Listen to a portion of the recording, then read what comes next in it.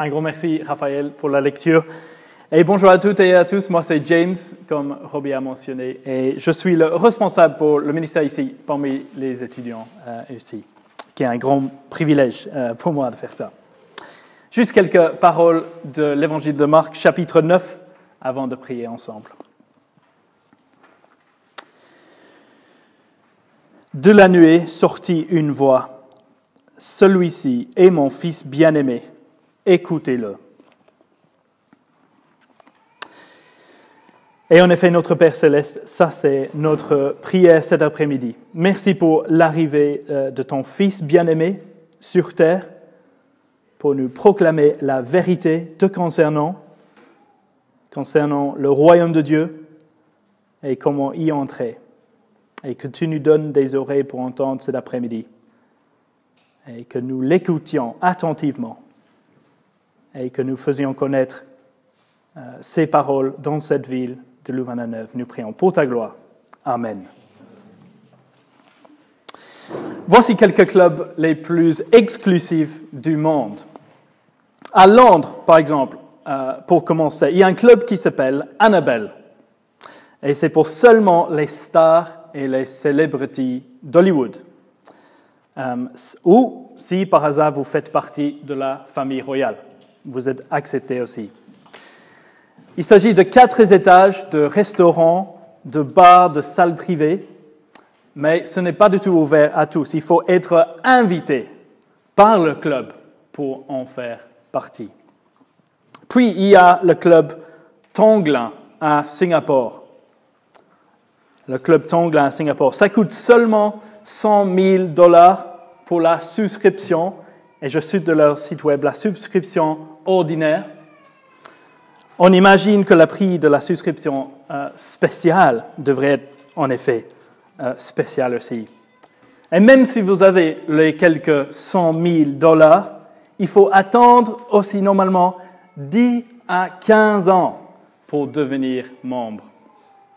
Voici donc le club Annabelle, le club Tonglen, 2 clubs les plus exclusifs du monde. Une chouette expérience si on a l'occasion, n'est-ce pas? Mais super difficile à y entrer. C'est seulement pour certains, un très petit nombre, dans les bons cercles ou provenant de la bonne famille. Mais maintenant, parlons du royaume de Dieu. Ça, c'est le grand sujet de l'évangile de Marc, le royaume de Dieu. Est-ce que le royaume de Dieu, c'est un peu comme un de ces clubs? Qui fait partie du royaume de Dieu? Est-ce que c'est pour ceux qui sont les élites dans le monde religieux, nés dans la bonne famille religieuse, qui fréquentent la bonne église, qui lisent la bonne traduction de la Bible, qui portent les bons vêtements, faisant les bons gestes au bon moment, qui suivent les bonnes règles spirituelles à la lettre? Peut-être pour vous, vous avez entendu de même chose, mais souvent j'entends des uns des autres parler un peu comme ceci. Ils parlent des amis qu'ils ont comme étant très religieux. Est-ce que vous avez entendu parler des amis religieux? Où ils disent parfois, « Oh, moi, le paradis, c'est surtout pas pour moi, parce que je ne suis pas du tout religieux. » Est-ce que vous avez entendu vos amis dire ça? Ça donne l'impression, n'est-ce pas, qu'il faut faire partie d'un club, en quelque sorte, religieux, pour pouvoir entrer dans le royaume de Dieu. Mais est-ce que c'est ça qu'il faut faire? C'est une grande question, n'est-ce pas? Qui fait partie du royaume de Dieu? Qui va vivre avec Dieu pour l'éternité à venir dans son royaume? Et ça, c'est la grande question de cette section dans l'évangile de Marc. Si vous étiez avec nous la fois passée, nous avons vu que Jésus, chapitre 2, est venu apporter le pardon définitif de nos péchés. Jésus a purifié les impurs, ceux qui étaient, selon la loi de Moïse, exclus de la présence de Dieu. Il les a rendus purs. Et Jésus dit, tout le monde l'a bien compris, mais chapitre 2, verset 10, le Fils de l'homme a l'autorité sur terre de pardonner les péchés. Wow! Selon Jésus, le Sauveur promis est arrivé pour pardonner les péchés. Il est l'accomplissement de la loi de Moïse, et nous amener en relation avec Dieu. Mais voici la question. Voici la question importante maintenant. Pour qui est-ce le pardon des péchés? Qui va accepter ce pardon gratuit? Alors, nous allons voir cette semaine la réponse négative. Il faut revenir la fois prochaine pour la réponse positive. Qui va accepter ce pardon? Donc, voyons ensemble la partie négative cette semaine. Commençons ensemble au verset 18 alors. Et l'époux enlevé. Il y a même des petits titres sur les feuilles si vous voulez suivre. Au verset 18, nous commençons tout de suite avec une plainte. Lisons le verset 18. Les disciples de Jean et les pharisiens jeûnaient. Ils vinrent dire à Jésus, « Pourquoi les disciples de Jean et ceux des pharisiens jeûnent-ils, tandis que tes disciples ne jeûnent pas ?» Alors, à première vue, qu'est-ce que vous en pensez? La plainte semble légitime, n'est-ce pas? Pourquoi est-ce que les disciples de Jean, je présume Jean-Baptiste du chapitre 1, qui a préparé le chemin pour Jésus, et aussi les pharisiens, les leaders spirituels des Juifs, ils jeûnaient tous. Mais Jésus, pourquoi tes disciples ne jeûnent pas?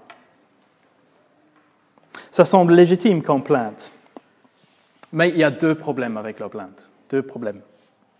D'abord, le jeûne, qui est un acte religieux. Oui, il est commandé par Dieu dans l'Ancien Testament, mais le jeûne est commandé à faire combien de jours par an? Un seul jour. Un seul jour. C'était le grand jour de l'expiation. C'était le nom spécial pour ce jour, le jour de l'expiation, le jour qui célèbre le jour où Dieu pardonne les péchés de son peuple par un sacrifice sanglant. Alors, pourquoi est-ce que les pharisiens jeûnaient? Bien sûr, c'est parce qu'ils avaient créé eux-mêmes des règles religieuses qui n'étaient pas commandées par Dieu. Apparemment, selon les sources, les pharisiens ont ajouté le lundi et le jeudi, 2 jours de la semaine. Je ne sais pas pourquoi le lundi et le jeudi, mais ils ont décidé que le lundi et le jeudi sont plus propices pour le jeûne. Et maintenant, ils accusent Jésus, le Fils de Dieu, de ne pas vivre en conformité avec leurs règles à eux. Mais c'est intéressant que Jésus ne réponde pas avec cela, en parlant du jour de l'expiation. Il répond plutôt comme ceci, verset 19. Jésus leur répondit, « Les amis de l'époux, peuvent-ils jeûner pendant que l'époux est avec eux?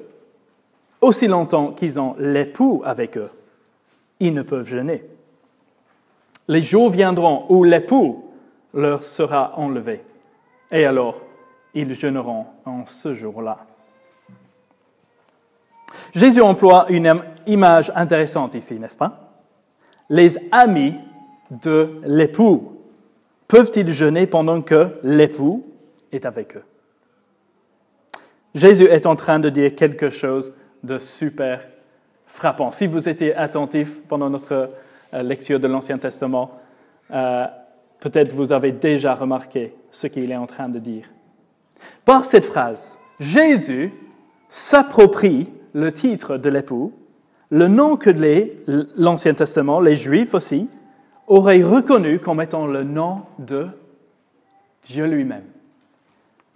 Dieu lui-même, comme nous avons lu en Ésaïe 54, l'époux du peuple de Dieu, c'est Dieu lui-même qui allait, et ça tombe très bien avec Marc chapitre 2, allait venir et faire quoi? Pardonner les péchés de son peuple.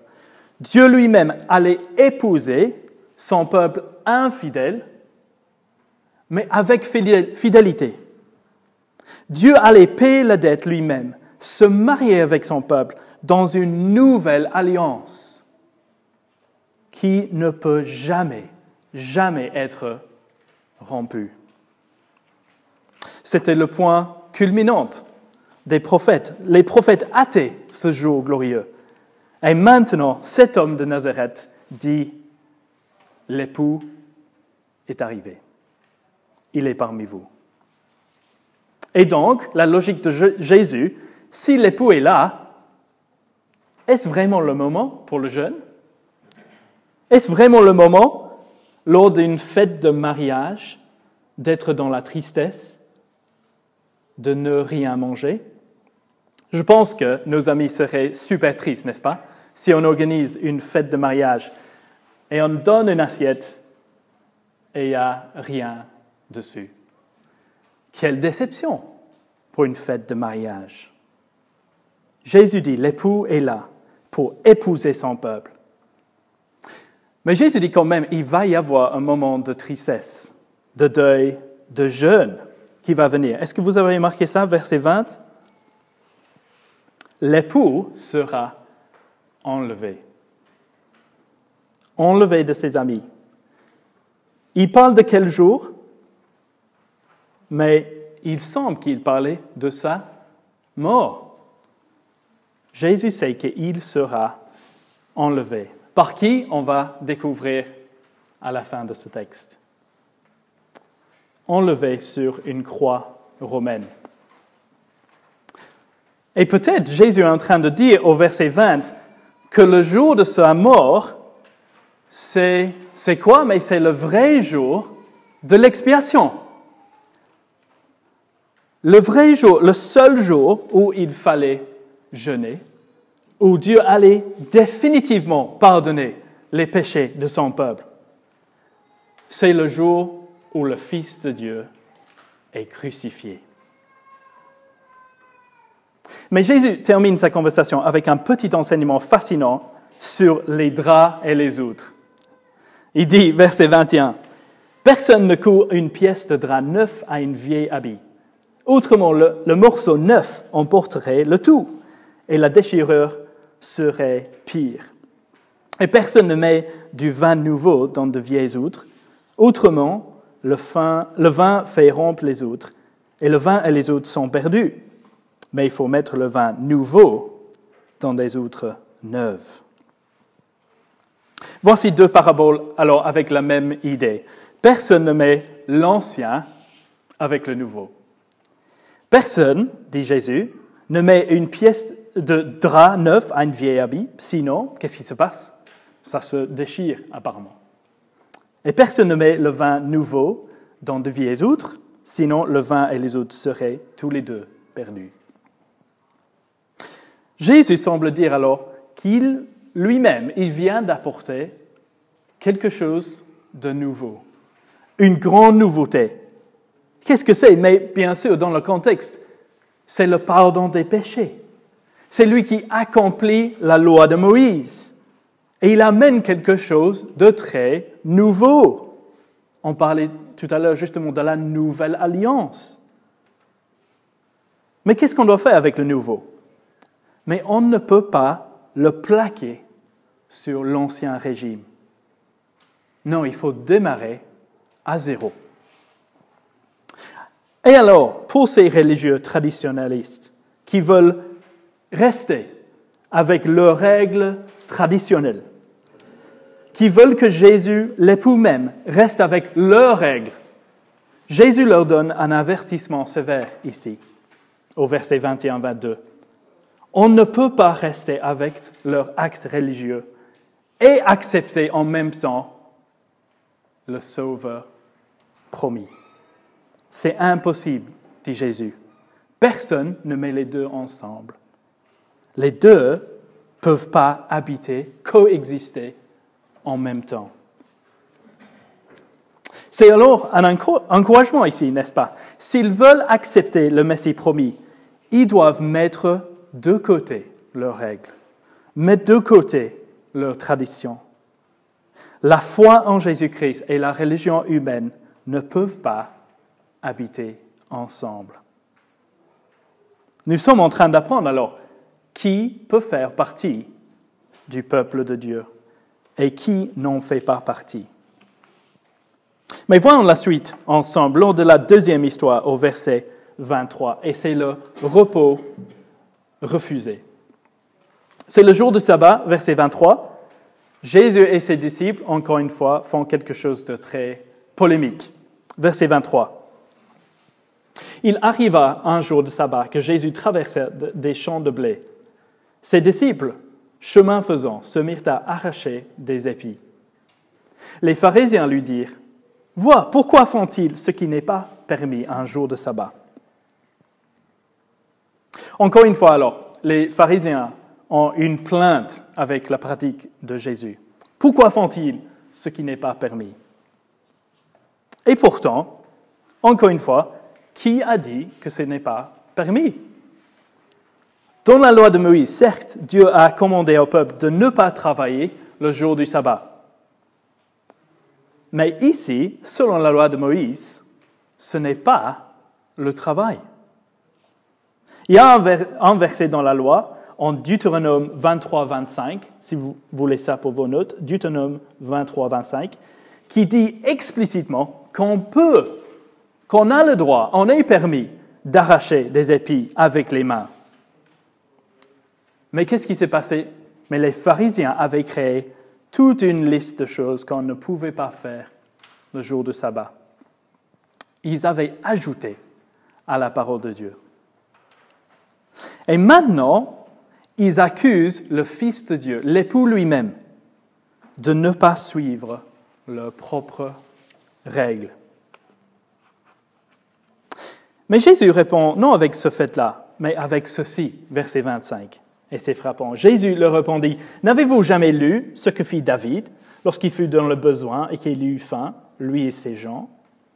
Quand il entre dans la maison de Dieu, du temps de souverain sacrificateur Abiathar, mange les pains de proposition, qui n'est permis qu'aux sacrificateurs de manger. Et l'on donna même à ses gens. » Jésus répond avec ce que le roi David avait fait, comme si Jésus se place au même rang que le roi David. Et David avait mangé avec ses amis le pain dans le temple qui était réservé pour les sacrificateurs. Alors, plus qu'un enseignement sur son autorité, Jésus est en train d'expliquer le but de la loi de Moïse. Le but de la loi. Car la loi de Moïse n'était pas là pour embêter les gens, pour les faire mourir de faim lorsqu'ils avaient faim. Non, ça c'est pas du tout pour comprendre l'esprit de la loi, le cœur de la loi, que ça provenait d'un Dieu d'amour et de compassion et de pardon. Un Dieu, dit Jésus, qui est arrivé maintenant sur terre pour accomplir la loi et accomplir ce à quoi le jeûne, le temple, les sacrifices, tout cela pointait en Jésus-Christ, Fils de Dieu. Alors Dieu est loin d'être comme les pharisiens. Dieu n'est pas en train de vouloir voir des gens trébucher. Regarde l'exemple avec David, par exemple, dans le temple. Non, la loi a été faite pour l'homme et non l'homme pour la loi. Voici la différence entre l'enseignement de Dieu, la loi pour l'homme, et des pharisiens, l'homme pour la loi. Jésus dit au verset 27 exactement ça. Le sabbat a été fait pour l'homme et non l'homme pour le sabbat, de sorte que le Fils de l'homme est maître même du sabbat. Wow, verset 28. Jésus dit quelque chose d'extraordinaire. C'est comme Jésus se place au-dessus de la loi. Maître même du sabbat. Qui est-il?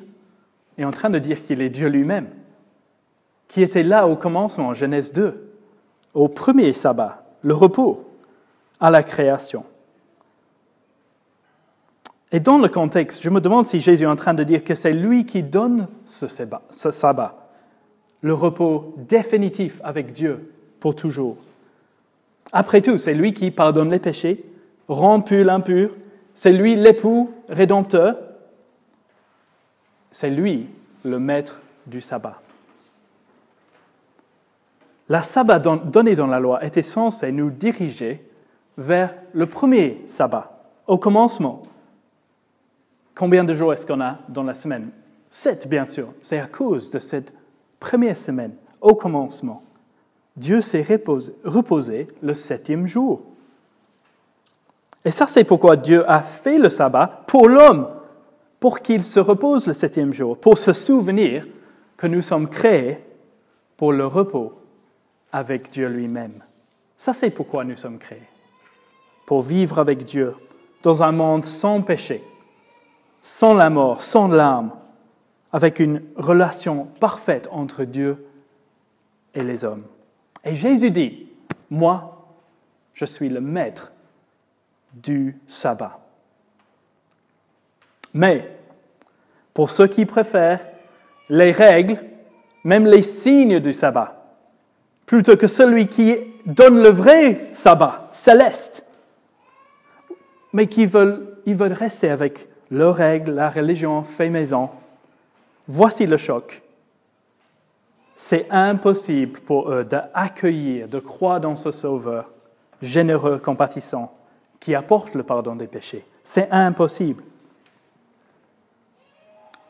Et le point culminant de cette histoire, c'est le chapitre 3, versets 1 à 6, où nous voyons le complot contre le compatissant. Verset 1 à 6, le complot contre le compatissant. Cette fois-ci, nous entrons dans la synagogue, verset 1. Et il y avait un homme, nous lisons, avec la main sèche. Alors, une main sèche, c'est grave, mais ce n'est pas que la vie de cet homme est en danger. Ça serait bien pour lui d'être guéri, bien sûr, le jour du sabbat. Mais ça posait problème pour les pharisiens. Les pharisiens avaient écrit dans leurs règles qu'on peut seulement aider quelqu'un le jour du sabbat. Qu'est-ce que vous pensez de cette loi? Seulement aider quelqu'un le sabbat si sa vie est en danger immanent. C'est ce qu'ils avaient écrit dans leur tradition. Seulement aider quelqu'un si sa vie est en danger immanent.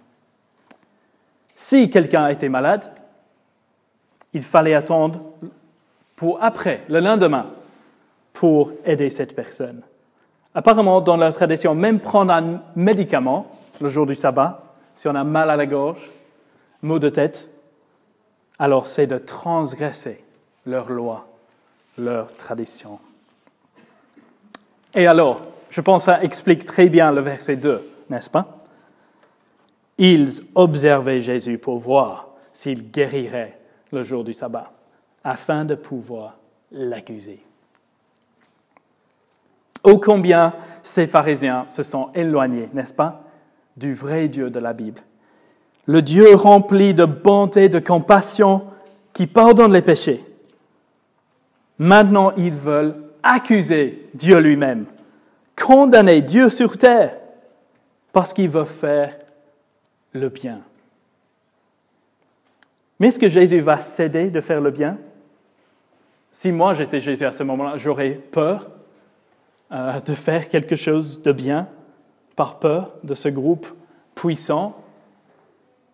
Mais j'aime beaucoup le verset 3. Jésus dit à l'homme, « Lève-toi là au milieu même, pour que tous puissent voir ce qui va se passer. » Et il leur dit, « Est-il permis le jour du sabbat de faire du bien ou de faire du mal? De sauver une personne ou de la tuer? » Leur réponse, mais ils gardaient le silence. Les pharisiens ici sont exposés. Ils ont montré ce qu'ils pensent de Dieu. Ils ont créé des règles pour faire de Dieu un Dieu qui empêche de faire le bien. Et alors leur religion va tout à l'encontre de qui Dieu est. Qu'est-ce que Jésus pense de cela? Je suis choqué par le verset 5, la réponse de Jésus. Promenons ce regard sur eux avec colère et en même temps navré de leur endurcissement de leur cœur. Il dit à l'homme, étends ta main. Il l'étendit, et sa main devint saine. Les pharisiens sortirent et se consultèrent aussitôt avec les Hérodiens sur les moyens de le faire périr. On entend souvent parler de Jésus, n'est-ce pas, dans les médias, parmi nos amis peut-être, d'un Jésus toujours serein, comme s'il était toujours détendu sur une plage, jamais, surtout jamais en colère. Mais oui, on voit ici Jésus en colère, attristé. Et qu'est-ce qui fait que Jésus soit en colère? Mais c'est lorsque les leaders, ceux qui dirigent le peuple, sont censés connaître Dieu par ce qu'il a dit dans sa Bible, mais qui sont si éloignés du vrai caractère de Dieu, qui éloignent aussi les autres, loin du vrai Dieu, des Écritures, de la Bible. Jésus se fâche lorsque quelqu'un, peu importe leur titre, enseigne que notre Dieu n'est pas un Dieu de miséricorde et plein de grâce.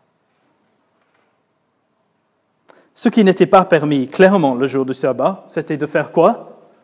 Ou n'importe quel jour. C'est bien sûr de tuer quelqu'un.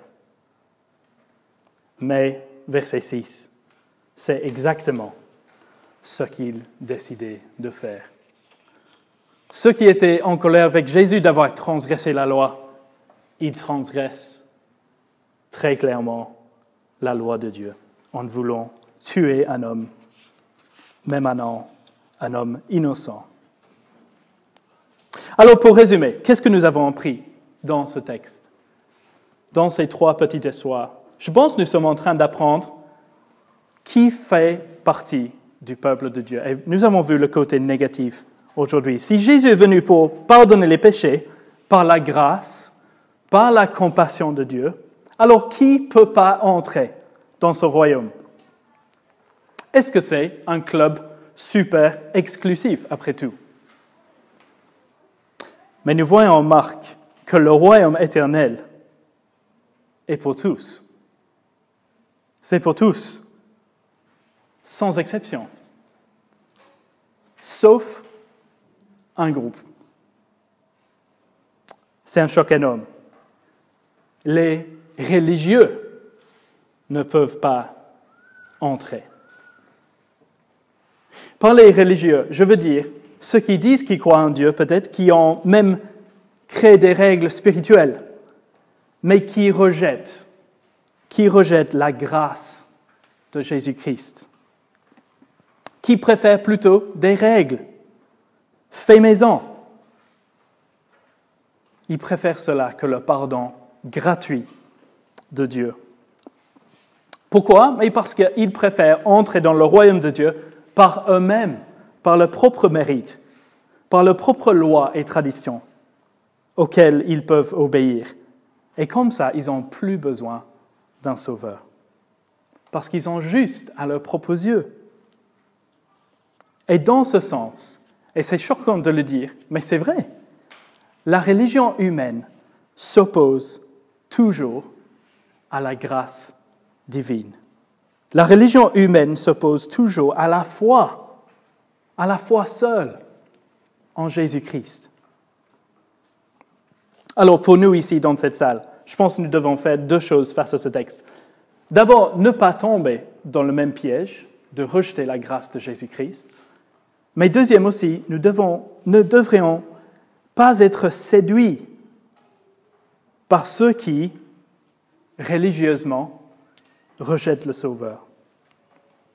Alors, d'abord, si nous sommes en recherche de la foi chrétienne, est-ce que nous voyons ce que nous devons faire? Nous devons mettre de côté notre propre fierté, de mettre dans la poubelle les 10 ans de raisons pourquoi Dieu devrait m'accepter en tant que personne.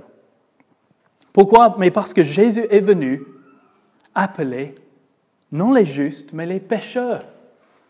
Jésus n'est pas venu pour les bien portants, il a dit, mais pour les malades. Jésus a ouvert la porte pour tous ceux qui veulent entrer. Le royaume de Dieu, le paradis, c'est pour tous, sans exception.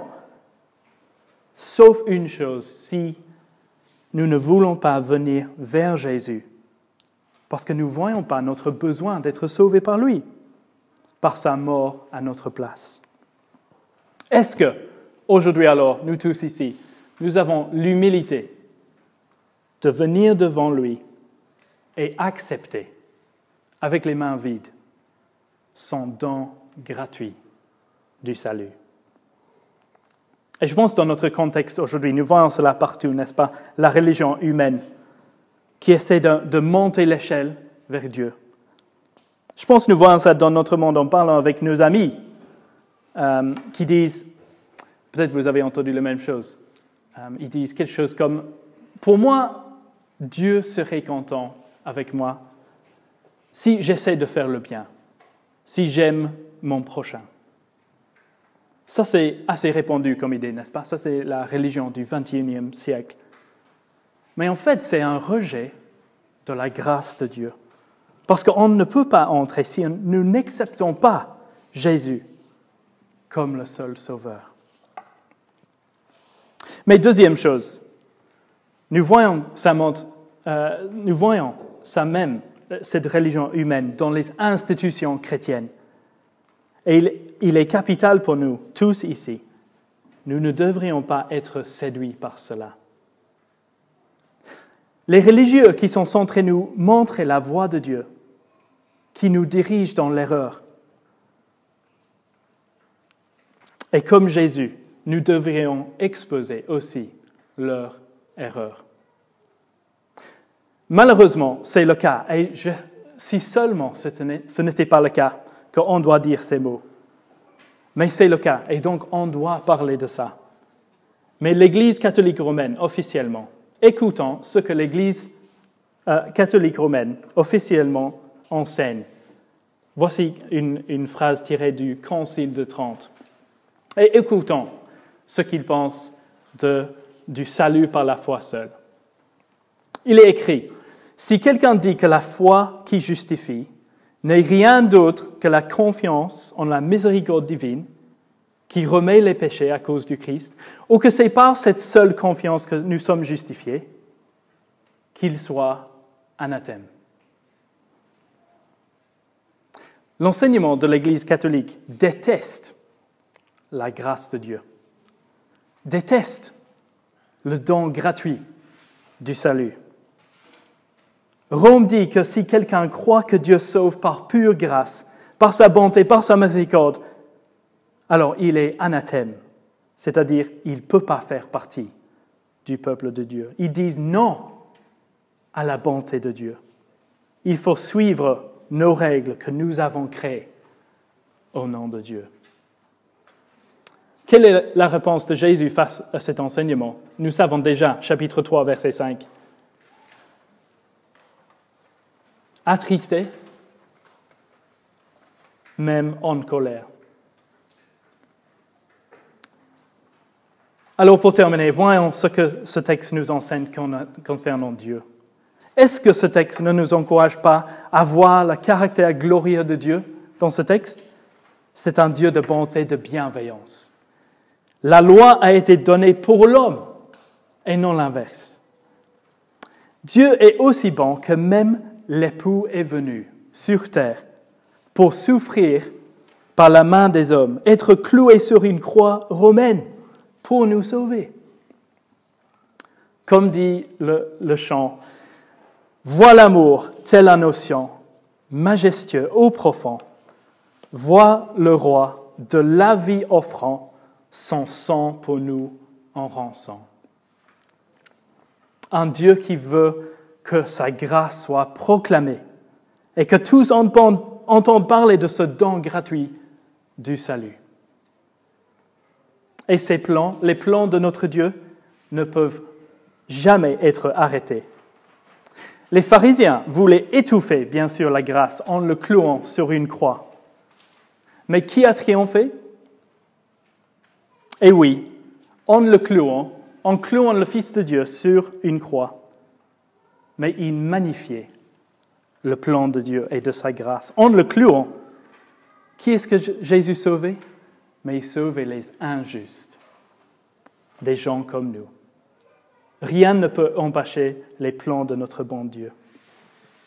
Alors, nous avons vu ce qui empêche les gens d'entrer dans le royaume. Et la fois prochaine, nous allons voir le côté positif. Qui va entrer alors? Qui fait partie de la nouvelle famille de Dieu? Prions ensemble pour terminer.